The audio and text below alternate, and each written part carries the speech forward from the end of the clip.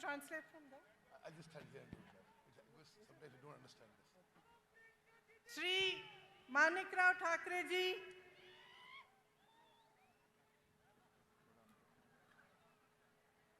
actually, Shri Rahul Gandhi ji, Shri Manikrao Thakre ji, Shri Revant Reddy ji, Shri Bhatti Vikramarka ji, Shri Uttam Reddy ji, Sitakkha ji, Shri Janna Reddy ji, Shri Ponam Prabhakar ji, Shri Azaruddin ji, Komati Reddy Venkat Reddy ji, Podam Veriya ji, Madhu Yakshi God ji, Shri Sridhar Babu ji, Shri Balram Nayak ji, Shrimati Deepa दास मुंशी जी और श्री जग्गा रेड्डी जी, मेरी प्यारी बहनों और भाइयों, आपका इस सभा में बहुत बहुत स्वागत।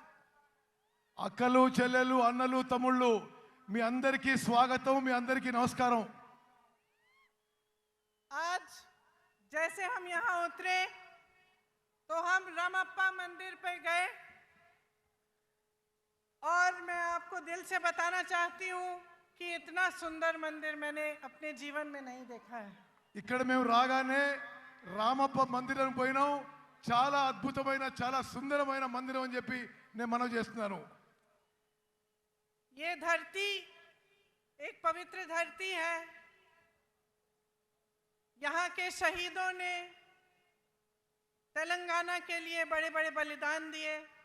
ఇది చాలా పుణ్యభూమి, ఇక్కడ చాలా మంది తెలంగాణ రాష్ట్రం కోసం వారి జీవితాలు త్యాగం చేసుకున్నారు। न्याय प्रिय लोगों की धरती है। ఇక్కడున్న ప్రజలందరూ న్యాయం కోరుతున్నారు। वीरों की धरती है। ఇది వీరుల భూమి। ఇది वीर श्रीकांताचार्य जी को मेरा नमन। శ్రీకాంతాచార్యని నేను తెలంగాణ అమరవీరుని ఈరోజు తలుచుకుంటున్నాను। इन सब योद्धाओं ने आपके लिए एक बहुत बड़ा सपना देखा था। మీరందరూ కూడా ఒక పెద్ద తెలంగాణ అనే ఒక పెద్ద స్వప్నం చూసిండ్రు। ये सपना विकास का सपना था, रोजगार का सपना था और सामाजिक न्याय का सपना था। ఈ స్వప్నం, ఈ కళ ప్రగతి గురించి, ఉద్యోగాల గురించి, సామాజిక న్యాయం గురించి మీ స్వప్నం ఉండింది। आपने इस सपने पे भरोसा किया। आपने भरोसा किया पिछले चुनाव में कि बीआरएस आपका सपना साकार करेगी और आपको अपने प्रदेश में रोजगार मिलेंगे, एक मजबूत भविष्य मिलेगा और एक सामाजिक समानता मिलेगी जिससे आप सबका विकास इकट्ठे हो पाए। మీ కలలు నిజమైతే అనుకొని సామాజిక న్యాయం జరుగుతుందని చెప్పి మీరందరూ గతంలో బీఆర్ఎస్ పార్టీని ఎన్నికల్లో నమ్మారు। आपकी उम्मीद थी कि किसानों को मजबूत बनाया जाएगा, आत्महत्याएं बंद होंगी, कि आपके जो बच्चे हैं उनका भविष्य अच्छा होगा और नौकरी करके आप अपने परिवार को मजबूत बना पाएंगे। మీ నమ్మకం, మీ విశ్వాసం ఏముండనంటే రైతుల జీవితాల్లో వెలుగు నిండుతాయి, పిల్లలకు ఉద్యోగాలు వస్తాయి, మీకు బంగారు భవిష్యత్తు వస్తుందని చెప్పి మీరు అనుకున్నారు। అందుకోసమే గతంలో బీఆర్ఎస్ పార్టీకి మద్దతు పలికినరు। एक आशा थी कि बाबा साहेब अम्बेडकर जी, महात्मा फूले जी, कोमराम भीम जी जैसे महापुरुषों का जो सामाजिक न्याय का सपना था वो पूरी तरह से साकार होगा। మీరు అనుకున్నారు అంబేద్కర్, ఫూలే, కొమరం భీం వారి సామాజిక న్యాయం తెలంగాణలో పూర్తి అవుతుందని చెప్పి మీరు ఆశించిండ్రు। कांग्रेस पार्टी ने ये सपना समझा क्योंकि कांग्रेस पार्टी खुद एक आंदोलन से निकली थी। కాంగ్రెస్ పార్టీ మీ కల గురించి అర్థం చేసుకున్నది। కాంగ్రెస్ పార్టీ కూడా ఆందోళన ద్వారానే పుట్టిందని చెప్పి నేను మనవి చేస్తున్నాను। कांग्रेस पार्टी का ये असूल है कि सामाजिक न्याय होना चाहिए, कि सब इकट्ठे आगे बढ़ें और इसी असूल पर स्वतंत्रता संग्राम लड़ा गया। इसीलिए कांग्रेस पार्टी ने जब देखा कि आपका ये सपना था और आप इस सपने के लिए संघर्ष कर रहे थे, इसमें अपनी पूरी शक्ति डाल रहे थे और इतने सारे लोग इस सपने के लिए बलिदान देने के लिए तैयार थे, तो कांग्रेस पार्टी ने इस सपने को समझकर तेलंगाना प्रदेश बनाने का निर्णय लिया। కాంగ్రెస్ పార్టీ స్వాతంత్రం నుంచి కూడా దేశం ప్రజల యొక్క ఆకాంక్షలు గుర్తించింది. కాంగ్రెస్ పార్టీ సామాజిక న్యాయం మీద నమ్ముతుంది. కాంగ్రెస్ పార్టీ ప్రజల ఆకాంక్షలు నెరవేరుస్తుంది. మీ అందరి ఆకాంక్షలు కోరికలు నెరవేర్చడానికే కాంగ్రెస్ పార్టీ ప్రత్యేక తెలంగాణ రాష్ట్రం ఏర్పాటు చేసిందని చెప్పి మనం చేస్తున్నాను.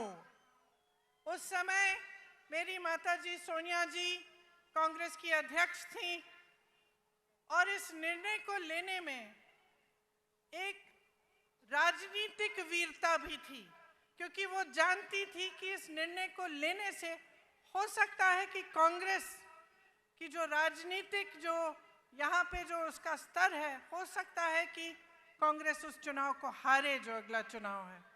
మా అమ్మ సోనియా గాంధీ గారు తెలంగాణ రాష్ట్రం ఇవ్వడానికి నిర్ణయం తీసుకున్నప్పుడు కొంత రాజకీయ మూల్యం చెల్లించాల్సి వస్తుందని చెప్పి తెలిసి కూడా తెలంగాణ రాష్ట్రం ఏర్పాటు చేసిన విషయం మీకు గుర్తు చేస్తున్నాను.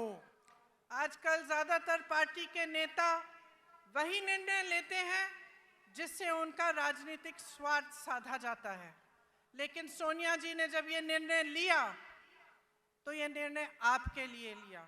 उन्होंने ये कहा कि चाहे मेरी पार्टी तेलंगाना में न भी जीते, न भी सरकार बना पाए, तब भी ये तेलंगाना के लोगों का की ये चाहत है, कि सपना है, और इसे साकार करने के लिए उन्होंने आपकी भलाई के लिए और आपके पक्ष में ये निर्णय लिया। తెలంగాణ రాష్ట్రం ఇస్తే మూల్యం చెల్లించాల్సి వస్తుందని తెలిసినా ఈ రోజుల్లో రాజకీయ నాయకులందరూ కూడా రాజకీయ లబ్ధి కోసమే నిర్ణయాలు తీసుకుంటున్నా. మా తల్లి గారు సోనియా గాంధీ గారు రాజకీయం నష్టపోయినా సరే తెలంగాణ ప్రజల ఆకాంక్ష కొరకు, తెలంగాణ ప్రజల త్యాగాలు గుర్తించి, తెలంగాణ ప్రజల కోరిక మేరకు తెలంగాణ రాష్ట్రం ఏర్పాటు చేసిన విషయం మీ అందరికీ మరోసారి మనం చేస్తున్నాను.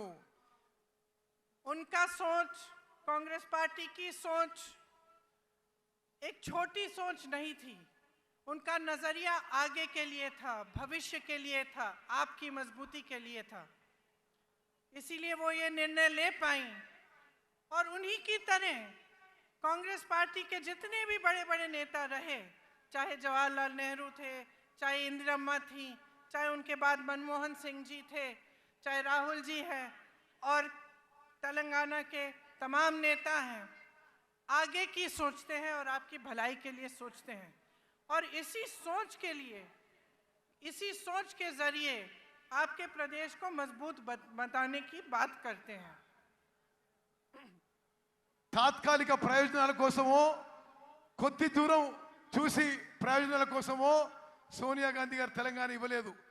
దూరపు చూపుతో మీ భవిష్యత్తు కోసం, మీ పిల్లల భవిష్యత్తు కోసం, మీ ఆకాంక్ష మేరకు సోనియా గాంధీ గారు తెలంగాణ ఏర్పాటు చేశారు. ఏ విధంగానైతే జవహర్లాల్ నెహ్రూ గారు, ఇందిరాగాంధీ గారు, రాజీవ్ గాంధీ గారు, రాహుల్ గాంధీ గారు దూర చూపుతో దేశం మంచి కోసం, సమాజం మంచి కోసం, ప్రజల కోసం మంచి కోసం నిర్ణయాలు తీసుకుంటారో, ప్రజల ఆకాంక్ష కోసం తెలుసుకుంటారో, మా తల్లి సోనియా గాంధీ గారు కూడా తెలంగాణ రాష్ట్రం ఏర్పాటు నిర్ణయం తీసుకున్నారు. इस सोच का प्रमाण ये है कि उनके कार्यकाल में बड़ी बड़ी संस्थाएं बनी आपकी भलाई के लिए, चाहे आईआईटी, आईआईएम, एम्स, ऐसी संस्थाएं बनी, आपका विकास हुआ, तो आप आगे बढ़ पाए। గత కాంగ్రెస్ పెద్దల హయాంలో పెద్ద పెద్ద సంస్థలు ఏర్పడ్డాయి. ఐఐటి కానీ, ఐఐఎం కానీ, ఇటువంటి అన్ని దేశానికి ఎంతో లాభం చేసిన సంస్థలు ఏర్పడ్డ విషయం కూడా నేను గుర్తు చేస్తున్నాను. तो जो कांग्रेस की सरकारें बनी वो जनता की सरकारें थी, वो आपको मजबूत बनाने के लिए बनी, और उनमें दोनों चीज थी, नजरिया और नियत। अब जब हम नियत की बात करते हैं तो जितने भी काम होते हैं, सरकार बगैर सही नियत के वो काम करती नहीं है। अगर सरकार की नियत ये हो कि आपको लूटना है और सिर्फ सत्ता में रहकर भ्रष्टाचार करना है, तो वो भलाई के काम नहीं कर पाती। కాంగ్రెస్ ప్రభుత్వాలు నీతి నిజాయితీతో కట్టుబడి ఉంటాయని చెప్పి నేను మనవి చేస్తున్నాను. ఇప్పుడు మీరు చూస్తున్న ప్రభుత్వాలు అవినీతితో మోసపూరిత విధానం అవలంబిస్తున్న విషయం కూడా మీరు గమనించాలని చెప్పి మనవి చేస్తున్నాను. तो आज हम सब इस मंच पे खड़े हैं और आपके सामने खड़े होकर हमने ये बात कही है कि तेलंगाना के लिए कांग्रेस पार्टी ने एक रोड मैप, एक विजन बनाया है। ఈ రోజు మీ అందరికీ మనం చేస్తున్న కాంగ్రెస్ పార్టీ తెలంగాణ రాష్ట్రానికి ఒక రోడ్ మ్యాప్, ఒక విజన్ తయారు చేసి ఈ రోజు మీ ముందుకు వస్తున్నానని చెప్పి నేను మనం చేస్తున్నాను. आपके लिए गारंटी लाए हैं। गारंटी क्या है? गारंटी वो चीजें हैं जो हम आज आपको बताना चाहते हैं कि हम आपके लिए करेंगे। और जितने भी कांग्रेस के प्रदेश हैं जिनमें हमने ऐसे गारंटी सामने रखे, उनमें हमने वो काम अभी से शुरू कर लिया है। మీ ముందుకి 6 గ్యారెంటీలు తీసుకొస్తున్నాం. గ్యారెంటీలు అంటే ఏంటిది? మేము ప్రభుత్వంలో రాగానే తెలంగాణ ప్రజలకు ఏమేం కార్యక్రమాలు చేయబోతున్నామో మరో విషయం మీకు చెప్పాలి. ఏ రాష్ట్రంలో మేము అధికారంలో వచ్చినా మేము ఇచ్చిన హామీలు, గ్యారెంటీలు అమలు చేసి చూపెట్టామని చెప్పి నేను మనవి చేస్తున్నాను. मेरी बहनें यहाँ बैठी हैं, आप दिन रात मेहनत करती हैं, मैं जानती हूँ, और पूरे समाज का जो बोझ है आप अपने कंधों पर लेते हैं। बच्चों की परवरिश, घर की देखभाल, उसके साथ साथ बाहर जाके काम करना, खेती में मेहनत करना, या कोई नौकरी हो तो वहाँ नौकरी करना, ये सब आप करती हैं। और आज आप कितनी महंगाई का सामना कर रही हैं, चाहे गैस का सिलेंडर हो, चाहे तेल हो, चाहे कुछ भी हो। जब आपको खरीदने जाना होता है तो आपको 10 बार सोचना पड़ता है कि हम ये खरीद पाएंगे, घर ला पाएंगे कि नहीं। कोई घर पे बीमार पड़ता है तो आपके दिल में ये बात आती है कि दवाइयाँ कैसे खरीदेंगे, उनका इलाज कैसे करवाएंगे। అక్కలు చెల్లెలు మీ జీవితాలు ఎంత కష్టంగా జరుగుతున్నాయో నాకు తెలుసు. మీరు పిల్లల్ని పెంచాలి, ఇంటి పని చూసుకోవాలి, వ్యవసాయం పని చూసుకోవాలి, ఎవరైనా బయట కూడా పని చేస్తుండొచ్చు. మీరు ఇన్ని పనులు చేస్తూ ఈ ధరల పెరుగుకి తట్టుకోలేకపోతున్నారు. గ్యాస్ సిలిండర్ ధరలు పెరుగుతున్నాయి, అన్ని ధరలు పెరుగుతున్నాయి. మీరు ఇంటికి ఏ సామాను కొనాలన్నా మీకు చాలా కష్టతరం అయిపోతుందని చెప్పి మేము గమనిస్తున్నాము. और ये सब मेहनत, ये संघर्ष, इन संकटों का सामना आप इसलिए करती हैं ताकि आपके बच्चे बड़े होकर अपना भविष्य बना पाएं। మీరు ఇదంతా ఎందుకు కష్టపడుతున్నారు? మీ పిల్లలు పెద్దోళ్ళై ప్రయోజకులై మంచి భవిష్యత్తు ఉండాలని చెప్పి నా అక్కలు చెల్లెళ్ళు మీరు కష్టపడుతున్నారు. लेकिन यहाँ आज परिस्थिति ये है कि 40 लाख युवा बेरोजगार हैं। కానీ ఈరోజు తెలంగాణలో పరిస్థితి ఏంటంటే 40 లక్షల మంది మీ పిల్లలు, 40 లక్షల మంది మన పిల్లలకి నిరుద్యోగులుగా తెలంగాణలో నిలిచిపోయిన విషయాన్ని మనం చేస్తున్నాను. बीआरएस ने वादा किया था कि हर परिवार को एक नौकरी दिलवाई जाएगी। आज लाखों पद खाली हैं लेकिन नौकरियां नहीं दी गई हैं। టిఆర్ఎస్ పార్టీ ఇంటికో ఉద్యోగం చెప్పిండ్రు, ఇంటికో ఉద్యోగం. కానీ ఈరోజు లక్షల ఉద్యోగాలు ఖాళీగా ఉన్నా బీఆర్ఎస్ పార్టీ ఉద్యోగాలు నింపలేదనే విషయం మీరు గమనించాలి. और स्थिति ये है कि भर्तियों में भी भ्रष्टाचार है। एक बच्ची ने आत्महत्या की और उस पर भी सवाल उठाया गया कि उसने एप्लीकेशन ही नहीं भरा था। ये परिस्थितियां हैं कि जो संकट है, जो युवाओं का दर्द है, उसे समझने और सुलझाने के बजाय उन पर उंगलियां उठाई जाती हैं, लेकिन रोजगार नहीं दिए जाते, आपके लिए, आपके विकास के लिए काम नहीं किया जाता। ఉద్యోగాలు నింపే ప్రక్రియలో బీఆర్ఎస్ ప్రభుత్వంలో అవినీతి జరుగుతుంది. చాలా మంది యువకులు తట్టుకోలేక ఆత్మహత్య చేస్తుంటే వారి క్యారెక్టర్ మీద కూడా ఈ ప్రభుత్వం పెద్దలు ఏలెత్తి చూపుతున్నారు. ఉద్యోగాలు ఇవ్వకపోగా ఉద్యోగంలో నింపే ప్రక్రియలో ఈ టిఆర్ఎస్ ప్రభుత్వంలో అవినీతి లూటీ జరుగుతున్న విషయం నేను మనవి చేస్తున్నాను. उस्मानिया जैसी यूनिवर्सिटीज में अध्यापकों और पैसों की कमी है। एक भी नई सरकारी यूनिवर्सिटी नहीं बनाई गई। इनके पूरे कार्यकाल में आप देखेंगे तो सिर्फ प्राइवेट यूनिवर्सिटियां बनी हैं और उनमें से आधी इन्हीं के नेताओं की है, ताकि आपको फीस बड़ी बड़ी भरनी पड़े लेकिन आपके लिए सही सुविधा नहीं बने। ఉస్మానియా లాంటి యూనివర్సిటీలో టీచింగ్ నాన్ టీచింగ్ ఫ్యాకల్టీకి రిక్రూట్మెంట్ జరగలేదు. బీఆర్ఎస్ ప్రభుత్వం వచ్చిన తర్వాత ఒక్క కొత్త గవర్నమెంట్ యూనివర్సిటీ కూడా తెరవలేదు. కేవలం ప్రైవేట్ యూనివర్సిటీస్ తెరిచి పెద్ద పెద్ద ఫీజు పెట్టి మీ పిల్లలకి మీకు ఇబ్బంది కలుగుతుంది ఈ బీఆర్ఎస్ ప్రభుత్వంలో చెప్పి మనం చేస్తున్నాను. इसलिए युवाओं के लिए हमारी जो गारंटी है उसमें हमने कहा है कि तेलंगाना आंदोलन के शहीदों के परिवार को एक सरकारी नौकरी दिलवाएंगे। उनके माता पिता या पत्नी को 25,000 रुपए मासिक पेंशन मिलेगा। 2 लाख खाली सरकारी पद हैं, उनको हम 1 साल के अंदर अंदर भरेंगे और बेरोजगार युवाओं को 4,000 रुपए प्रति माह बेरोजगारी का भत्ता मिलेगा। మేమిచ్చిన హామీలలో తెలంగాణ అమరవీరులకి పెద్ద ఎత్తున గౌరవం ఇస్తాము. తెలంగాణ నిరుద్యోగ యువతకి 4,000 రూపాయలు నిరుద్యోగ భృతి ఇస్తాము. తెలంగాణ నిరుద్యోగ యువతకి 5 లక్షల రూపాయలు ఇవ్వబోతున్నాము. తెలంగాణలో ఉన్న ఖాళీగా ఉన్న 2 లక్షల ఉద్యోగాలు 1 సంవత్సరంలో భర్తీ చేయబోతున్న విషయం నేను మనవి చేస్తున్నాను. गल्फ देशों में रोजगार की संभावनाओं को मजबूत करने के लिए स्पेशल गल्फ सेल बनाया जाएगा।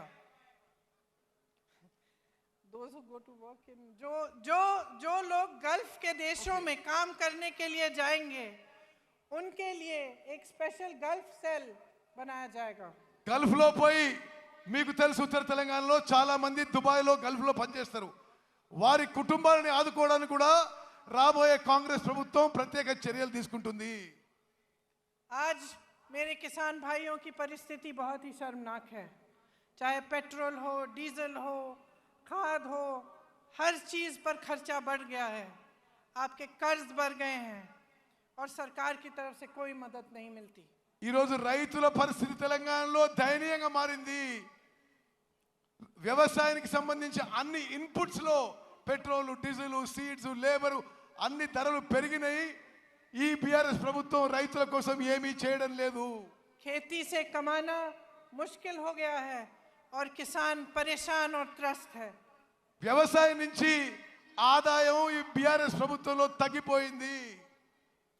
इसीलिए हमने ये तय किया है कि हम एमएसपी को बढ़ाएंगे और इसकी हम आपको गारंटी देते हैं।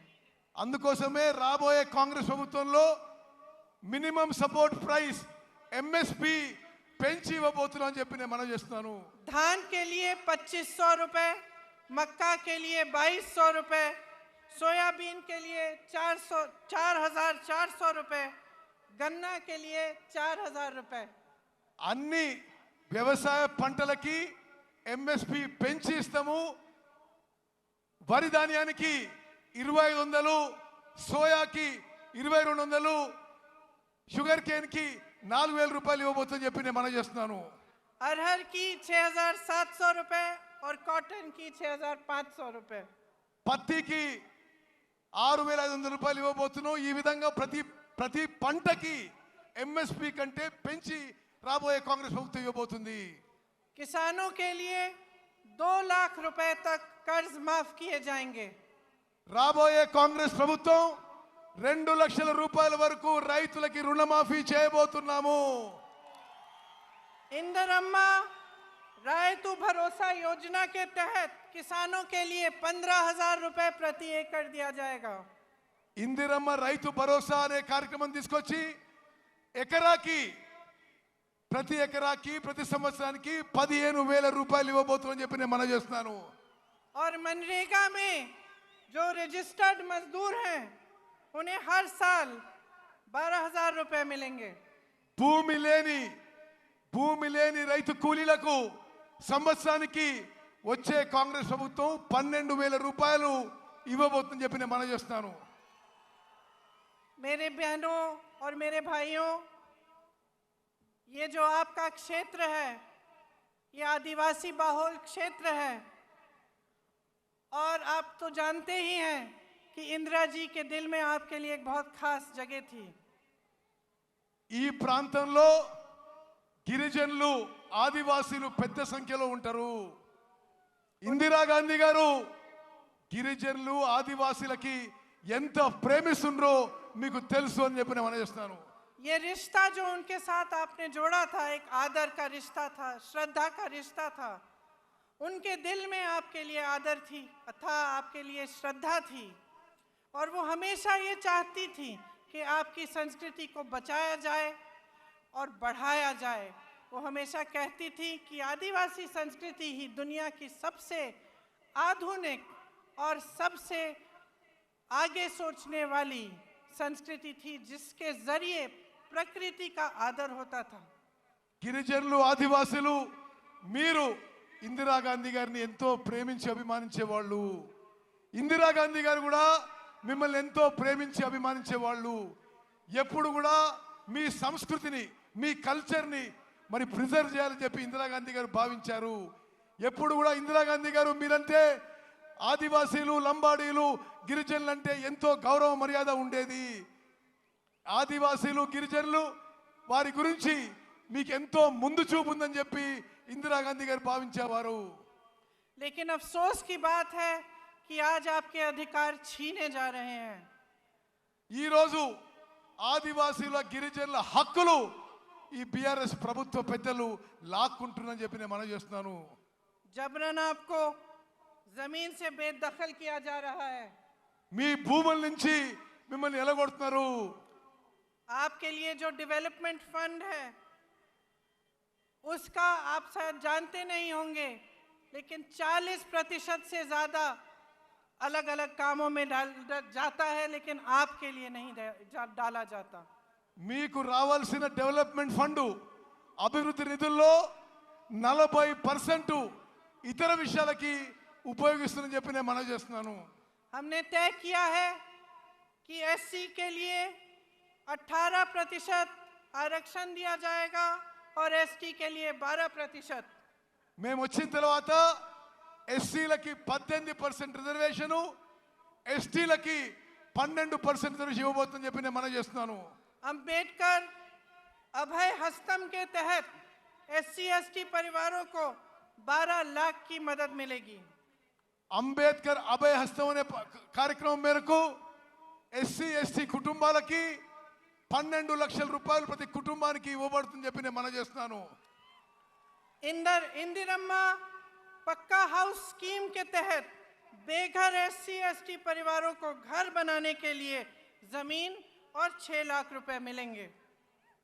ఇందిరమ్మ ఇల్లు పథకం కింద ఎస్సీ ఎస్టీలకు ఇంటి స్థలం ఇస్తూ ప్రతి ఇంటి కింద 6 లక్షల రూపాయలు మీకు ఇవ్వబోతున్నారు. और आदिवासी ग्राम पंचायतों के लिए 25 लाख रुपए दिए जाएंगे.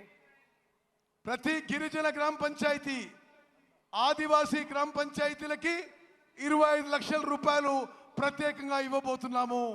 जब कांग्रेस पार्टी वन अधिकार का एक्ट लाई थी, तब 8 लाख से अधिक एकड़ जमीन पर पट्टे दिए गए थे. ఈ ఫారెస్ట్ రైట్స్ యాక్ట్ కాంగ్రెస్ ప్రభుత్వం తీసుకొచ్చినప్పుడు 8 లక్షల ఎకరాలు ఫారెస్ట్ రైట్స్ యాక్ట్ కింద తెలంగాణలో కాంగ్రెస్ ప్రభుత్వం మీకు 8 లక్షల ఎకరాలు ఇవ్వడం జరిగింది. आपको याद होगा कि पोडू लैंड्स के पट्टे आपको मिले थे. పోడు ల్యాండ్స్ పోడు భూముల పట్టాలు గత కాంగ్రెస్ ప్రభుత్వం మీకు ఇచ్చింది. लेकिन बीआरएस सरकार ने ये सब बंद कर दिया. బీఆర్ఎస్ ప్రభుత్వం ఈ కార్యక్రమాన్ని పూర్తిగా నిర్వీర్యం చేసింది, ఆపేసింది. मैंने महिलाओं की बात की. मेरी बहनों, आपके लिए महालक्ष्मी योजना के तहत 2500 रुपए हर महीने दिए जाएंगे. మహాలక్ష్మి పథకం కింద నా అక్కలు చెల్లెళ్ళు మీ అందరికీ నెలకి 2500 రూపాయలు ఇవ్వబోతున్నాము. गैस सिलेंडर 500 रुपए का मिलेगा.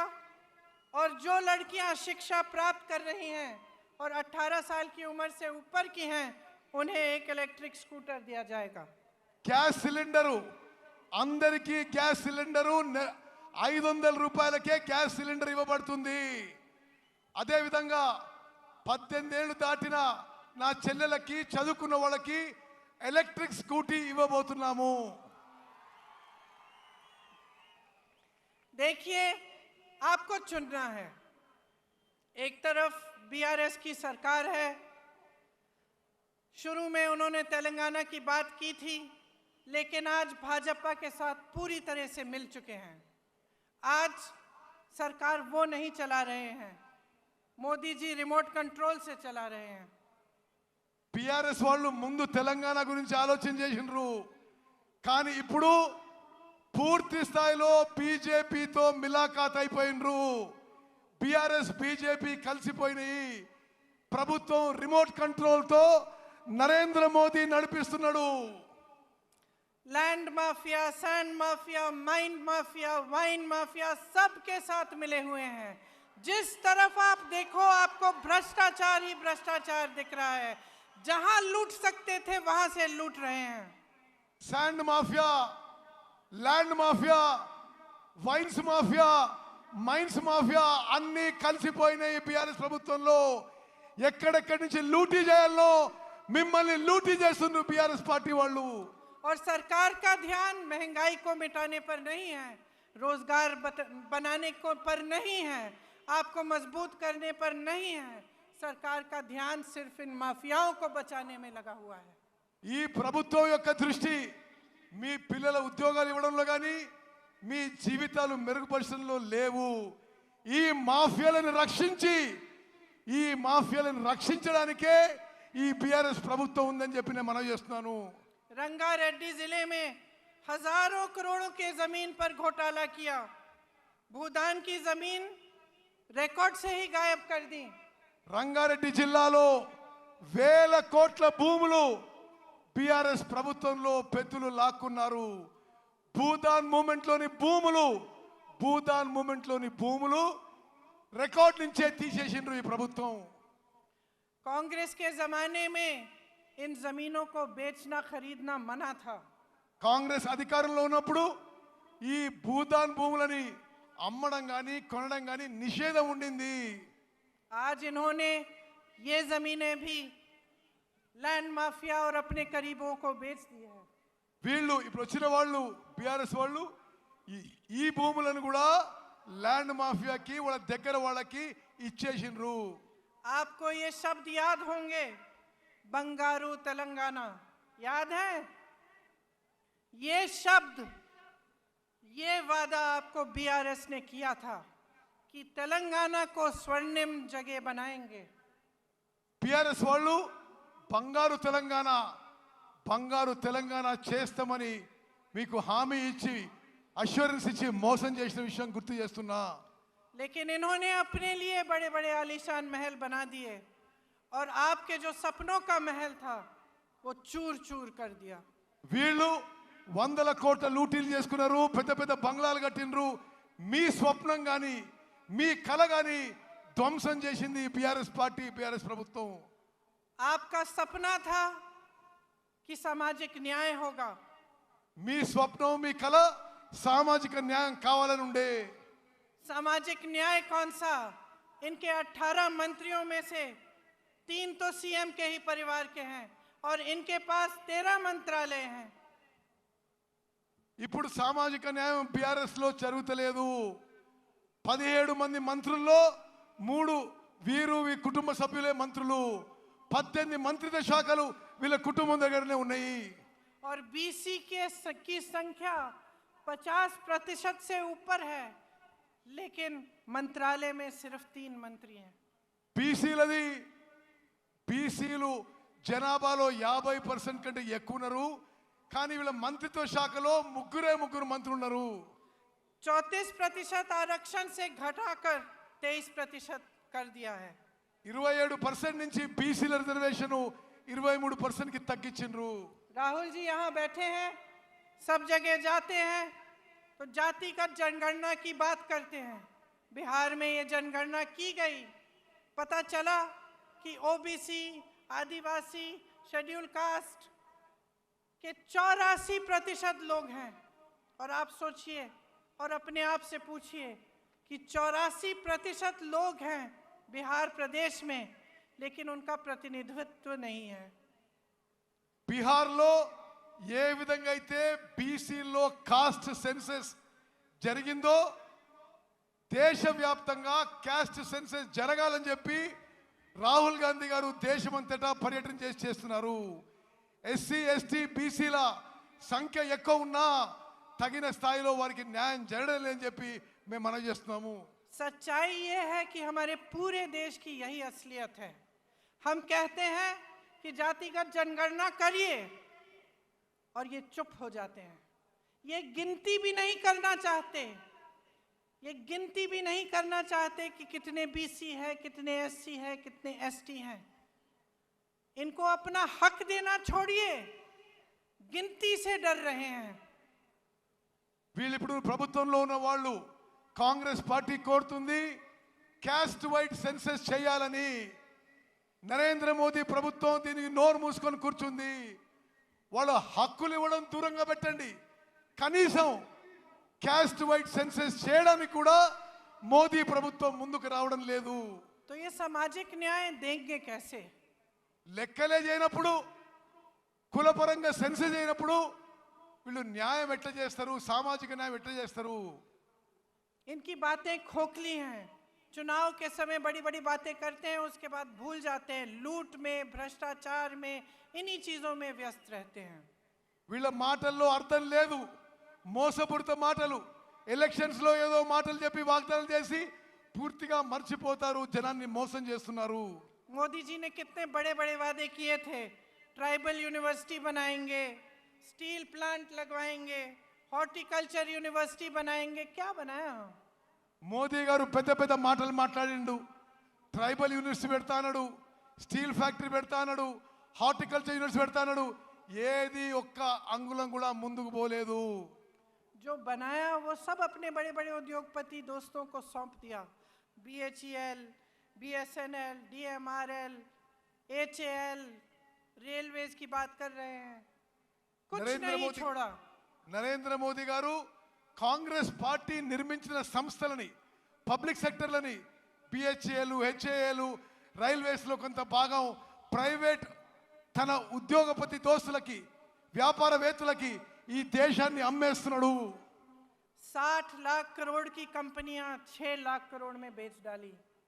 7 లక్షల కోట్ల కంపెనీలు 6 లక్షల కోట్లు అమ్ము చేయబడుతున్నాయి. ना इन्होंने जो बनी हुई संस्थानें थी उनकी बचत, उनकी हिफाजत की, ना इन्होंने कुछ नया बनाया। सिर्फ नए नए वादे, नए नए बातें करते रहे। तो बहनों और भाइयों, मैंने बहुत लंबा बोल लिया है, लेकिन इस सब चीज़ों का, जितनी भी बातें मैंने की हैं, इनका एक ही सार है।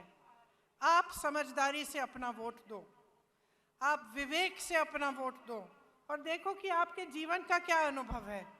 आपके जीवन में तरक्की आई है कि नहीं? अगर नहीं आई है तो आप देखिए कि कांग्रेस के प्रदेशों के लोगों में तरक्की आई है कि नहीं। क्या कर रही है कांग्रेस? जहाँ जहाँ गारंटी दी है, क्या वो गारंटी पूरी कर रही है कि नहीं? ఇప్పుడు అధికారంలో ఉన్న వాళ్ళు కళ్ళబొల్లి మాటలు చెప్పి మిమ్మల్ని మోసం చేస్తున్నారు. మీ జీవితాల్లో ఏమన్నా మార్పు వచ్చిందా తెలంగాణలో? ఇప్పుడు అధికారంలో ఉన్న వాళ్ళు ఏమీ చేయలేదు. జాగ్రత్తగా ఆలోచన చేసి ఓటేయండి. కాంగ్రెస్ పాలిత రాష్ట్రాల్లో సామాన్య ప్రజల జీవితాల్లో మెరుగు వచ్చింది. మీరు కూడా కాంగ్రెస్ పాలిత రాష్ట్రాల దిక్కు చూడండి అని చెప్పి నేను మనవి చేస్తున్నాను. और आप सबसे पहले नेता और पार्टी की नीयत देखिए। आप देखिए कि आपका अनुभव क्या रहा है, कि बीआरएस ने बीजेपी से मिलकर कितना भ्रष्टाचार किया है आपके साथ, आपके प्रदेश में, और आपके विकास के लिए कुछ नहीं किया। మీరు నాయకులు, పార్టీల వ్యక్తిత్వము, క్యారెక్టర్ చూడండి. బీఆర్ఎస్ పార్టీలు అందరూ దోపిడీ చేసుకుంటున్నారు. బీఆర్ఎస్ బీజేపీ కలిసి ఈ రాష్ట్రాన్ని లూటీ చేసుకుంటారని చెప్పి నేను మనవి చేస్తున్నాను. तो जैसे मैंने कहा, इन सब बातों का सार यही है कि ये वोट जो इस चुनाव में आप डालने जा रहे हैं, ये आपके पक्ष में जाना चाहिए। ये वोट, मेरी बहनें आप यहाँ बैठी हैं, आपके बच्चों के भविष्य को बनाने के लिए जाना चाहिए। मेरे भाई आप सब यहाँ हैं, आपको रोजगार मिलना चाहिए, आप विकसित हो, आप फूले फले और आपका भविष्य अच्छा हो, इसलिए आपका वोट जाना चाहिए। అక్కలు చెల్లెళ్ళు మీ పిల్లల భవిష్యత్తు మీ పిల్లల ఉద్యోగాల కోసం ఈసారి మీరు ఓటేయండి. అన్నలు తమ్ముళ్ళు మీ భవిష్యత్తు కోసం మీ ఉద్యోగాల కోసం మెరుగైన జీవితం కోసం ఓటేయాలని చెప్పి నేను మనవి చేస్తున్నాను. तो सोच समझ के अपना वोट डालिए। आप जानते हैं कि यहाँ के उम्मीदवार सीतक्का जी और सत्यनारायण बोपापल्ली जी हैं। इनको भारी से भारी बहुमत से जिताइए और अपने भविष्य को मजबूत बनाइए। जय हिंद।